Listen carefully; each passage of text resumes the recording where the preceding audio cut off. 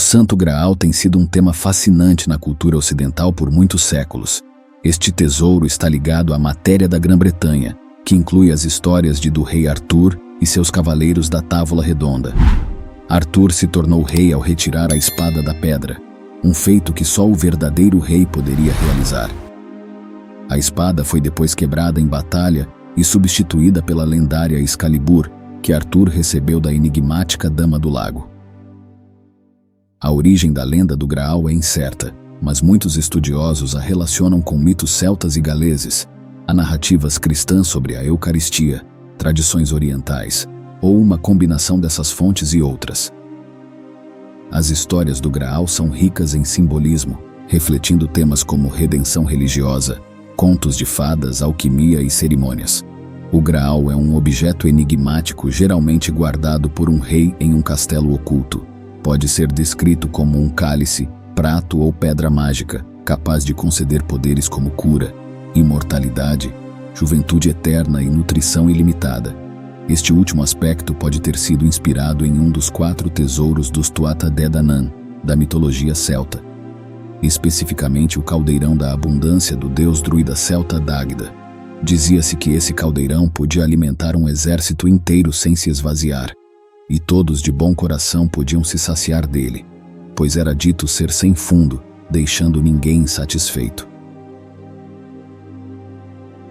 Chrétien de Troyes foi o primeiro a conectar a lenda do Graal à história arturiana em seu poema Perceval, ou A História do Graal, escrito no final do século XII. O herói, chamado Perceval, Parzival ou Parsifal, dependendo da versão, é criado por sua mãe na floresta, longe do mundo exterior. Um dia, ele encontra cavaleiros e decide tornar-se um, apesar dos avisos da mãe sobre os perigos da cavalaria, que já haviam causado a morte de seu pai e irmãos. Após receber conselhos de sua mãe, Perceval parte em busca de se tornar cavaleiro. Ao chegar à corte do rei Arthur, Perceval mata o Cavaleiro Vermelho, ganhando a aprovação dos cavaleiros e sendo instruído na cavalaria por Gornemand. Ele conhece Blanchefleur e descobre sua masculinidade e o mundo além da proteção materna. Durante sua jornada, ele encontra o Rei Pescador, guardião do Graal, que está ferido e impotente. Perceval testemunha uma estranha procissão do Graal, mas, seguindo o código cavaleiresco de não fazer perguntas excessivas, não indaga sobre o Graal, o que teria curado o Rei Pescador e restaurado sua terra. Perceval deixa o castelo sem entender totalmente o que viu. Mais tarde, ele encontra uma donzela que o repreende por não ter perguntado sobre o Graal. Perceval retorna à corte do rei Arthur, onde é repreendido por não ter questionado sobre o Graal e a lança. A história termina com Gawain assumindo um papel heróico. Em um epílogo, Perceval é descrito como um homem perdido e quebrado. Depois de muitas aventuras, ele encontra um eremita que revela que a morte de sua mãe causou um ferimento espiritual, pois ele não se preocupou com ela nem seguiu seus conselhos. O eremita catequiza Perceval, que então alcança uma compreensão de si mesmo e uma união com Deus. O poema sugere que o verdadeiro Graal é encontrado dentro de si, através da penitência, jejum, oração e comunhão. Wolfram von Eschenbach, um poeta medieval alemão, escreveu o poema Parzival no início do século XIII, que continua a saga da busca pelo Graal, oferecendo uma abordagem mais esotérica e espiritual.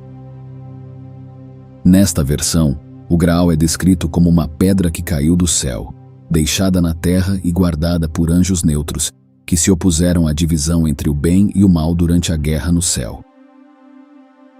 Essa descrição do Graal tem ligações com o Lapis Philosophorum, pedra filosofal, na alquimia, que também representa a unidade do claro e do escuro, identificada com o deus romano Mercúrio. O lápis lazuli, associado à pedra filosofal, tem a capacidade de transformar a morte em vida e é menosprezado pelos tolos, mas valorizado pelos sábios. Essas ideias também estão ligadas à doutrina da transubstanciação, em que pão e vinho se transformam no corpo e no sangue de Cristo durante a comunhão. A ideia de um recipiente hermético que contém o segredo da existência remonta a tempos antigos e é vista como uma concepção arquetípica. Robert de Boron, autor francês, transformou o Graal em um objeto verdadeiramente sagrado em suas obras, ligando o mundo secular da cavalaria ao mundo espiritual da religião. Sua trilogia, composta por José de Arimateia, Merlin e Perceval, destaca-se nesse aspecto. Em José de Arimateia, de Boron narra a história de José, o homem que desceu o corpo de Cristo da cruz. O Graal é retratado como um simples copo ou tigela de madeira usado por Jesus na última ceia para iniciar a primeira comunhão. José usa o Graal para coletar as últimas gotas de sangue de Cristo na cruz e, posteriormente, é visitado por Cristo na prisão, onde recebe o vaso contendo o sangue de Cristo, que o mantém vivo durante os anos seguintes. Há uma lenda posterior que afirma que José levou o Graal para o Ocidente, para Glastonbury, Inglaterra, onde supostamente está escondido até hoje. Glastonbury é associada à mística ilha de Avalon da lenda arturiana, e muitos acreditam que o Graal ainda está oculto lá, esperando ser encontrado. Existem relatos de pessoas que afirmam possuir o Graal original usado por Jesus na última ceia. 2 objetos notáveis são a taça de ágata conhecida como Santo Cálice, ou Cálice Sagrado, preservada na Catedral de Valência, e o prato de vidro verde chamado Sacro Catino, ou Bacia Sagrada, guardado na Catedral de Gênova. Esses artefatos são considerados por alguns como o verdadeiro Graal, mas a verdadeira natureza do Graal permanece envolta em mistério.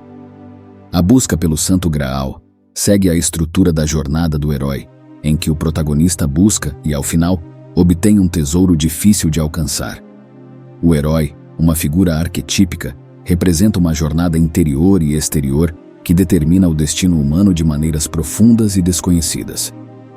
Movimentos espirituais, como ordens secretas e grupos esotéricos, buscaram no Graal um mistério além do cristianismo, tornando-o objeto de meditação e iniciação em ensinamentos misteriosos.